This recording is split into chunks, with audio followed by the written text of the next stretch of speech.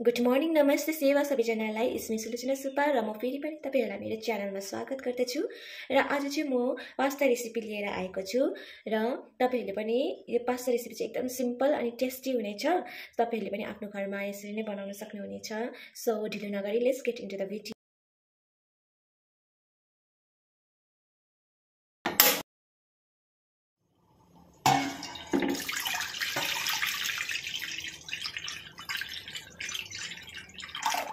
यहाँ चाहिँ मैले थोरै नमक अनि तेल मिक्स गर्दैछु। यसो गर्नाले चाहिँ तपाईको पास्ता चाहिँ टालिँदैन। अनि यहाँ मैले पास्ता पनि लिएको छु। अब यो पास्तालाई चाहिँ बोइल गर्नुपर्ने हुन्छ।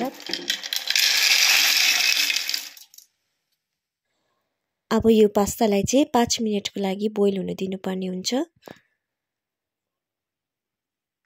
यहाँ चाहिँ मैले एउटा ठुलो प्याज, अलिकति लसुन, धनिया, तिखालाल, हल्दी, एउटा ठुलो टमाटर, सोया सस अनि केचप लिएको छु। अब यो सामग्रीहरूलाई चाहिँ बारी हालेर पकाउनु पर्ने हुन्छ। हाम्रो पास्ता पनि बोइल भइसकेछ। अब यसलाई चाहिँ स्म्यास गरेर हेर्नुस् होला। यसरी मेरो पास्ता चाहिँ मजाले पाकेछ। अब यसलाई चाहिँ कोल्ड वाटरमा सेलाउनु पर्ने हुन्छ।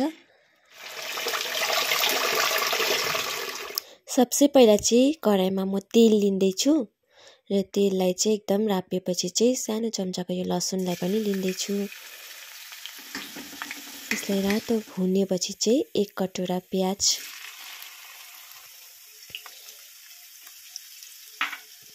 अब यो प्याजलाई चाहिँ रातो हुन्जेलसम्म भुन्नुपर्छ।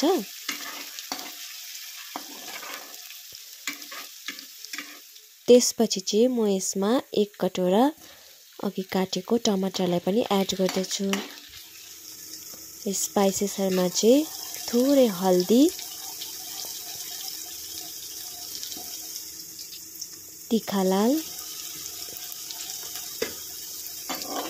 लिएर चाहिँ यसलाई मिक्स गर्दैछु र स्वाद अनुसार नमक र अघि सेलाको पास्तालाई पनि एड गर्दछु।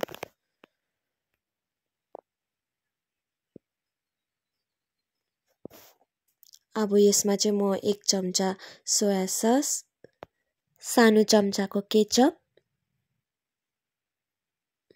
र कोरियान्डर लिभ्स, धनिया र अब यी सबैलाई चाहिँ मिक्स गर्नुपर्ने हुन्छ यसरी मजाले।